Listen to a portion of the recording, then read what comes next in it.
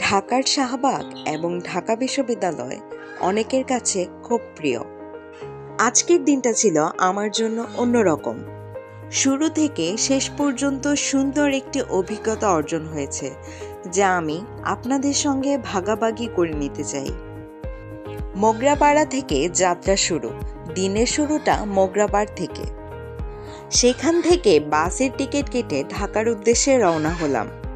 পাশে ছিল আমার প্রিয় সঙ্গী পূজা। আমাদের গন্তব্য ছিল ঢাকা বিশ্ববিদ্যালয়।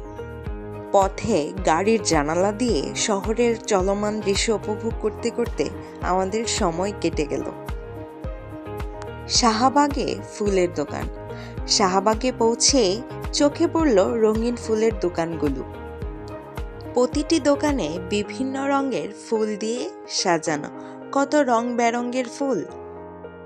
ফুলের সৌন্দর্য আর সাজানোর কৌশলগুলো সত্যিই মনোমুগ্ধকর।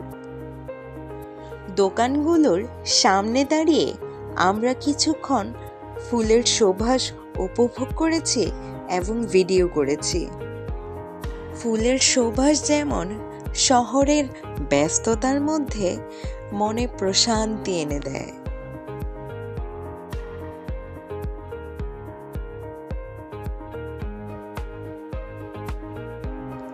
ঢাকা বিশ্ববিদ্যালয়ের ক্যাম্পাসে ঢুকতে এক প্রাণবন্ত পরিবেশ। ঢাকা বিশ্ববিদ্যালয়ের স্ট্রিট ফুডের গন্ধে মন প্রায় পাগল প্রায়। এর জন্য তাড়াতাড়ি গিয়ে স্ট্রিট ফুড অর্ডার করলাম। চটপুটি, ভাজা পোড়া, ফুচকা সব বেশ সুস্বাদু ছিল। তবে হাকিম চত্বরের ভুনা খিচুড়ি একটু বেশি মন টানছিল, তাই পূজাকে বললাম লোভ সামলিয়ে না পেরে স্ট্রিট ফুড অর্ডার করার জন্য, ভুনা খিচুড়ি অর্ডার করার জন্য। যেহেতু অনেক ভিড় ছিল সেহেতু আমি পূজাকে পাঠিয়েছিলাম।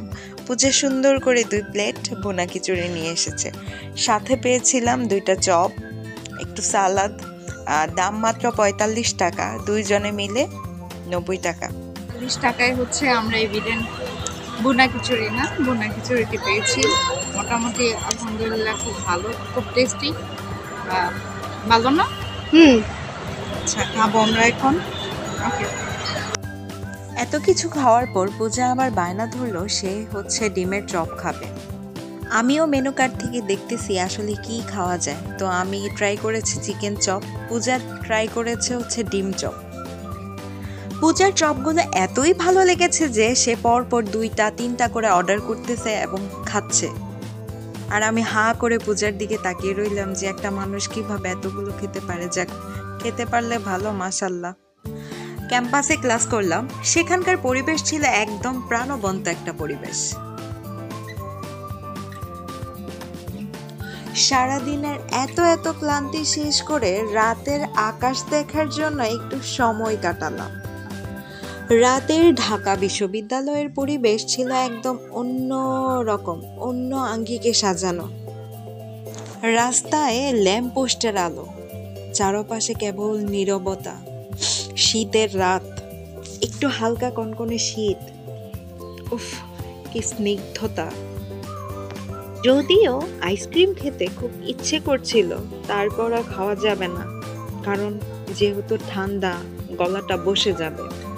যেহেতু গলার স্বরের মধ্যে বেশি নজর দিতে হচ্ছে, এমনি করে হাঁটি পা করে একটু বাইরের দিকে গেলাম।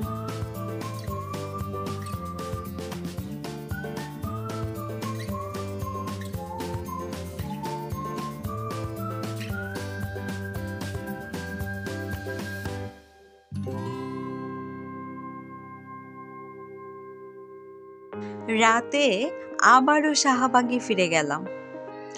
সেখানে ফুলের দোকানগুলো যেন নতুন রূপে সাজানো, নানা রঙের আলোকসজ্জা। আলোর ঝলকানি আর ফুলের সাজ একেবারে মন্ত্রমুগ্ধ করে দিল আমাকে। দোকানীদের সাথে কথা বলে ফুলের সাজানোর পদ্ধতি জানলাম। পুরো দিনটাই কেটেছে শহরের এই কোলাহলপূর্ণ ব্যস্ততার মধ্য থেকে কিছুটা প্রশান্তির মধ্য দিয়ে। শাহবাগের ফুল ঢাকা বিশ্ববিদ্যালয়ের স্ট্রিট ফুড আর প্রাণবন্ত পরিবেশ সত্যি অসাধারণ ছিল। আশা করি এই কন্টেন্টটি আপনাদের খুব ভালো লাগবে, খুব পছন্দ হয়েছে। আপনারা যদি কখনো ঢাকা আসেন তাহলে অবশ্যই শাহবাগের ফুলের দোকান আর ঢাকা বিশ্ববিদ্যালয়ের ক্যাম্পাস ঘুরে দেখবেন। এবার বাড়ি ফেরার পালা। দোয়েল বাসে উঠে গিয়েছি। সবচেয়ে মজার ব্যাপার হলো বাসের মধ্যে আমার সবচেয়ে পছন্দের ব্যাপার এই যে লাল নীল বাতিগুলো জ্বলে, এটা দেখতে দেখতে বাসার উদ্দেশ্যে মোগরাপাড়ের উদ্দেশ্যে রওনা দিয়ে দিলাম, হাঁটি হাঁটি পা করে, না হাঁটি হাঁটি গাড়ি করে। Thank you so much.